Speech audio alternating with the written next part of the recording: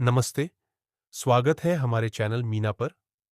आज हम बात करेंगे एक ऐसे रहस्यमय घर की कहानी की, जो गांव के अंतिम कोने में खड़ा है, मोहिनी निवास। एक पुराना सुनसान घर, जिसे लोग भूतहा मानते हैं। यह कई वर्षों पहले मोहिनी नाम की एक खूबसूरत लड़की रहती थी, लेकिन एक रात वह अचानक गायब हो गई, और उसके बाद से यह घर वीरान पड़ा रहा। क्या आप जानते हैं कि गांव के बच्चे आज भी उसकी कहानी सुनकर डरते हैं? और हाल ही में एक साहसी युवक आर्यन इस घर में प्रवेश करने का निर्णय लेता है। क्या आर्यन इस खंडहर के रहस्य को उजागर कर पाएगा? क्या वह मोहिनी की कहानी को सुलझा सकेगा? तो चलिए इस रहस्यमयी यात्रा की शुरुआत करते हैं और जानते हैं कि इस खाली घर के पीछे का सच क्या है। मेरे साथ इस रोमांचकारी सफर पर चलें। गांव के अंतिम छोर पर एक पुराना और खंडहर जैसा घर था, जिसे लोग मोहिनी निवास के नाम से जानते थे।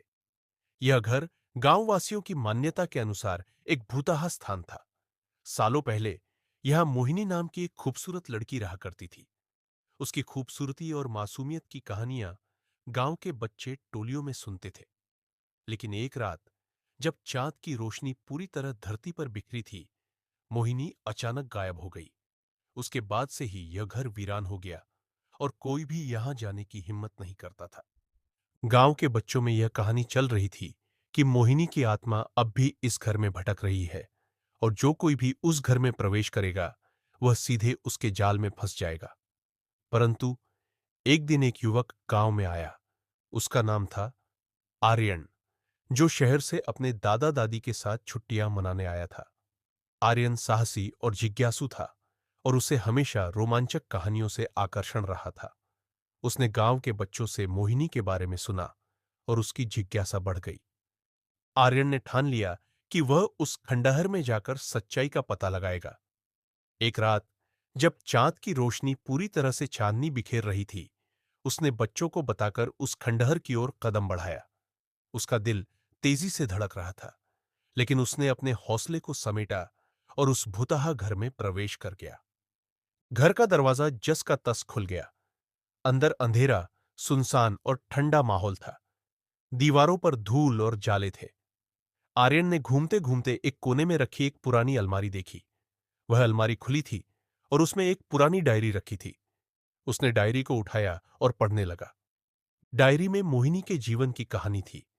उसने अपने प्रेमी के साथ प्यार भरे दिन बिताए थे, लेकिन एक रात, जब वह अपने प्रेमी के साथ टहल रही थी, अचानक उसका प्रेमी गायब हो गया, और उसके बाद से सब कुछ बदल गया।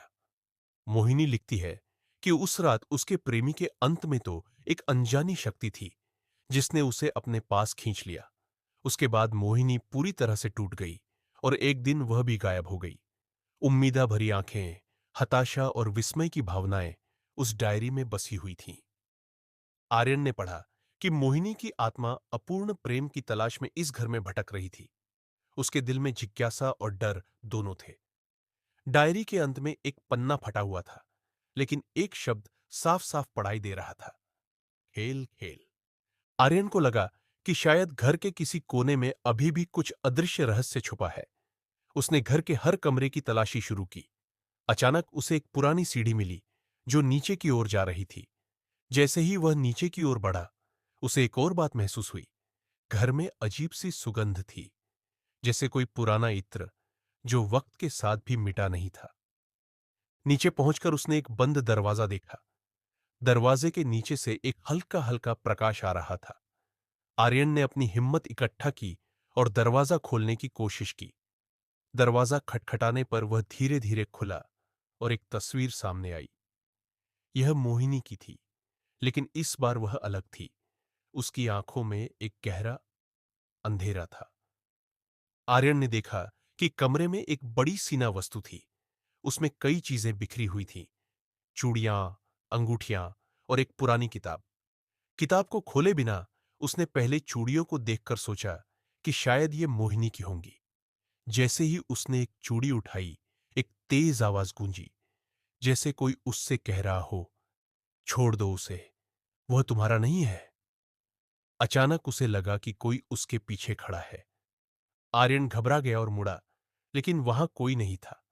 उसने फिर से चूड़ी को अलमारी में रखा और अंधेरे में एक अजीब सी सिहरन महसूस की। अब आर्यन को समझ आ रहा था कि यहां कुछ तो गलत था। वह उसी रात को अपने दादा से इस सब के बारे में बात करने का निर्णय लिया। उसने दादा से बताया कि इस घर में कुछ गड़बड़ है। दादा ने कहा, तेरे जैसे बच्चों ने हमेशा इस घर की कहानी सुनी है, लेकिन यह भी सच है कि मोहिनी के प्रेमी का कुछ गलत हुआ था। कई लोग कहते हैं कि मोहिनी और उसका प्रेमी एक दूसरे के बिना शांति से नहीं रह सकते। अगर तुम सच में कुछ करना चाहते हो, तो तुम्हें उस घर से कोई पुरानी चीज हासिल करनी होगी जो मोहिनी और उसके प्रेमी के बीच का संबंध दर्शाती हो। आर्यन को अपनी खोज का और उत्साह बढ़ा। उसने तय किया कि अगली रात वह फिर से घर जाएगा, लेकिन इस बार वह अकेला नहीं जाएगा। उसने अपने दो दोस्तों साक्षी और निहाल को भी अपने साथ बुला लिया, ताकि वे सब मिलकर उस रहस्य को सुलझा सकें। रात होते ही तीनों ने फिर से मोहिनी निवास की ओर प्रस्थान किया। घर उसी तरह सिखने जैसा लगा। जब आर्यन ने फिर से डायरी उठाई, तो वह देखता है कि कुछ पन्ने टूटे हुए हैं, लेकिन किसी प्रकार उसे एक पुरानी चांदनी रात के बारे में लिया गया था। पन्ने पर लिखा था, खेल खेल के दौरान यदि तुम भूल जाओ तो सब खत्म हो जाएगा। साक्षी ने कहा, क्या इससे यह इशारा है कि हमें कुछ खेलना है? तीनों ने घर के अन्य स्थानों की खोजबीन की और उन्हें एक पुरानी सीढ़ी मिली। उन्होंने उसे चलाया और अचानक एक पुरानी आवाज गूंजी, कृपया ध्यान दें, यदि आप सच में मोहिनी और उसके प्रेमी को एक साथ लाना चाहते हैं, तो आपको 8 गहनों की जरूरत है। आवाज अब स्पष्ट थी। आर्यन ने कहा, हर गहने का पता उस पुरानी डायरी में लिखा होगा। और वे सभी जल्दी से डायरी को फिर से देखने लगे। उन्होंने देखा कि कुल 8 गहने मोहिनी के जीवन का हिस्सा रहे हैं और हर गहना एक खास कहानी के साथ जुड़ा है। वे सबने दूसरी रात भी बिताई और एक-एक कर इन गहनों को इकट्ठा किया। हर गहने के साथ उनकी यात्रा और भी रहस्यमयी होती गई। अंततः उन्होंने सारे गहने इकट्ठा कर लिए और अब उन्हें उस अंतिम गहने की तलाश थी, मोहिनी की मां की शादी की अंगूठी। वे सभी एक बार फिर से उस पेड़ के पास गए जहां आर्यन ने पहले अंगूठी पाई थी। उसने वहां रहस्य खुलते हुए महसूस किया कि मोहिनी की मां की अंगूठी अब भी वहां कहीं होगी। जैसे ही वे चारों ने पेड़ के चारों ओर घेरा बनाकर बैठ गए, एक अंधेरी छाया बोली, क्या तुम तैयार हो? यह तुम्हारा अंतिम खेल है। आर्यन और उसके दोस्तों ने संकल्प लिया और आखिरी गहना खोजने के लिए मंत्र का जाप करना शुरू किया। अचानक आसपास का माहौल बदल गया। उन्हें गहनों की रोशनी में घिरे अतीत की यादें दिखाई देने लगीं। मोहिनी और उसके प्रेमी के प्रेम के क्षण, दोनों की मुस्कान और उनकी हंसी। जैसे ही उन्होंने अंतिम बार अंगूठी का मंत्र पढ़ा, अचानक सब कुछ शांत हो गया और मोहिनी का प्रेमी प्रकट हुआ। उसका नाम था समीर। हालांकि वह अंधेरे में डूबा हुआ था, लेकिन उसकी आंखों में चमक थी। उसने आर्यन और उसके दोस्तों का धन्यवाद किया और कहा, तुम लोगों ने मुझे और मोहिनी को फिर से मिलाने का साहस किया।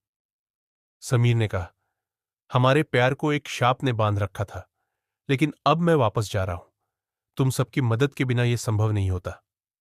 मोहिनी और समीर एक दूसरे की ओर बढ़े और जैसे ही उन्होंने एक दूसरे का हाथ पकड़ा, चारों ओर एक तेज प्रकाश फैला। आर्यन, साक्षी और निहाल ने देखा कि मोहिनी और समीर धीरे धीरे अदृश्य हो रहे हैं, लेकिन उनके चेहरे पर एक संतोष का भाव था। इसके बाद सब कुछ सामान्य हो गया। मोहिनी का निवास अब खाली हो चुका था, लेकिन उसकी कहानी गांव के बच्चों के बीच अमर हो गई। गांव वाले अब उस घर को बस एक खूबसूरत प्रेम कहानी की यादगार मानते थे। आर्यन ने सीखा कि प्यार की ताकत समय और स्थान की सीमाओं को पार कर सकती है। कभी-कभी हमें अतीत से जुड़े रहस्यों में कूदना पड़ेगा, ताकि हम न केवल दूसरों की मदद कर सकें, बल्कि अपने भीतर की गहराइयों से भी अपने डर का सामना कर सके। और इस तरह खाली घर का रहस्य एक अप्रतिम प्रेम कहानी बन गई, जो अब गांव के बच्चों के लिए एक प्रेरणा बन गई। इस पुरानी कहानी ने दर्शाया कि सच्चे प्यार का रास्ता हमेशा चकाचौंध से भरा होता है और कभी-कभी रूहानी रहस्य भी हमें सिखाते हैं कि प्यार कभी खत्म नहीं होता।